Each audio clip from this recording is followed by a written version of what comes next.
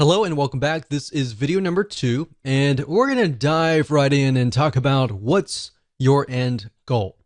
So before we jump in and talk about the technical parts of how to set up your email autoresponder series, it's really important to understand your end goal. Like, how many different ways and different opportunities do you have to profit, right? So unless you really understand at least a little bit of your plan, then jumping in like everybody else to just build a list is not going to be productive at the end of the day, right?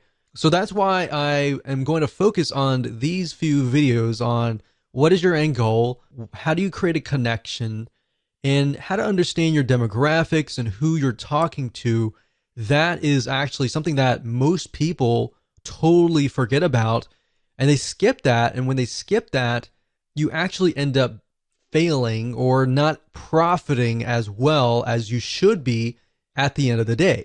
So what I want you to do is I'm going to ask you a bunch of questions, and at the end of this video, I want you to pause it, take your time to jot down the answers to these questions before you actually move on to video number 3. So I want you to ask yourself, are you selling a product or a service? Jot that down. If not, are you selling an affiliate product?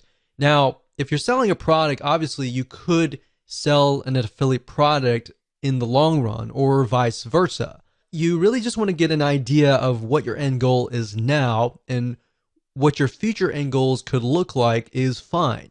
And the reason why I ask you to write this down is because if you're selling your own product, you can do a few things like build a relationship. And there's a few more things that you could easily do, like brand yourself, provide more value. And there's a different way of doing it, basically. If you're selling an affiliate product, you could still build a brand, but you're selling somebody else's product. So you need to gear it in a certain way. So in other words, if you're selling a product or service, you need to clearly understand what are the problems that your prospect faces, right? And give them tips and pointers along the way, and build a relationship with them, gain their trust so that they're interested in your product or service. Now, if you're selling an affiliate product, on the other hand, then you may not be required to do all of that. Instead, you can provide a little bit of value and build that relationship up front. And then, of course, you can sell somebody else's product. So it's similar, but it's a little bit different slightly. But knowing your end goal is key. So if you're selling a product or service right now at this very moment, then write that down. If you're not, and you're selling an affiliate product right this moment, then jot that down. All right. The third question I want to ask you is, why are you trying to build this list? You might answer, well, of course, I'm trying to make money. I'm trying to build a list. I'm trying to print money. And that's everybody's goal, but I want specifics. I want you to write down, why are you trying to build this list? I want to make more sales for XYZ product. I want to help more people who are facing this particular problem. In fact, jot that down. I want to help more people who are in this very specific niche, in this very specific demographic. I want to help more people like me. Jot that down, because then you can use that later in your email autoresponder series. So beyond the intention of just making money, what is the real reason behind wanting to build a list? Or in other words, you could rephrase it as, what are you trying to achieve? So if you have somebody that you're passionate about helping, envision that person in front of you and think about, why are you trying to help them, right? What are they facing? And this kind of goes into video number 3, and we'll talk more about that. But if you think about, why are you trying to achieve them? What are you trying to achieve in this whole project of creating this list, or this journey of creating this list? What do you want people to feel like? Do you want people to feel like they trust you, you want people to laugh? Do you want people to feel sad, feel happy? What do you want them to feel like as you're building that relationship.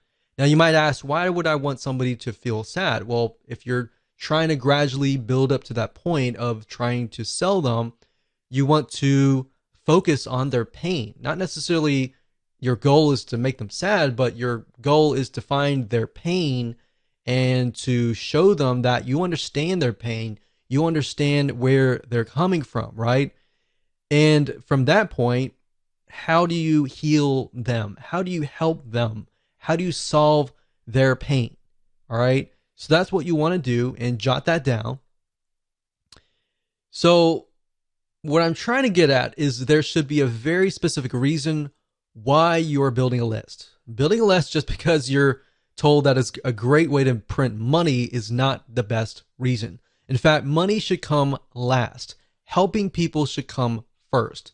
If you can help 1,000 people, and those thousands of people are truly helped, or you provide them with a solution, even if they were to pay you $10, every single one of them, that would be about $10,000. Now, that doesn't mean that 1,000 people will sign up on your list and all 1,000 people are going to buy from you. My point is, what is that passion? What is that drive that comes first before the money? Because if you focus on that and you focus on helping people solve their problems, believe it or not, you're actually going to build a more successful business compared to the other guy who is just focused on building a big list for the sake of money. Hopefully that makes sense. So these are all very important questions, and you should pause this video right now and write down the answers to them before you move on to the next video, which is video number 3.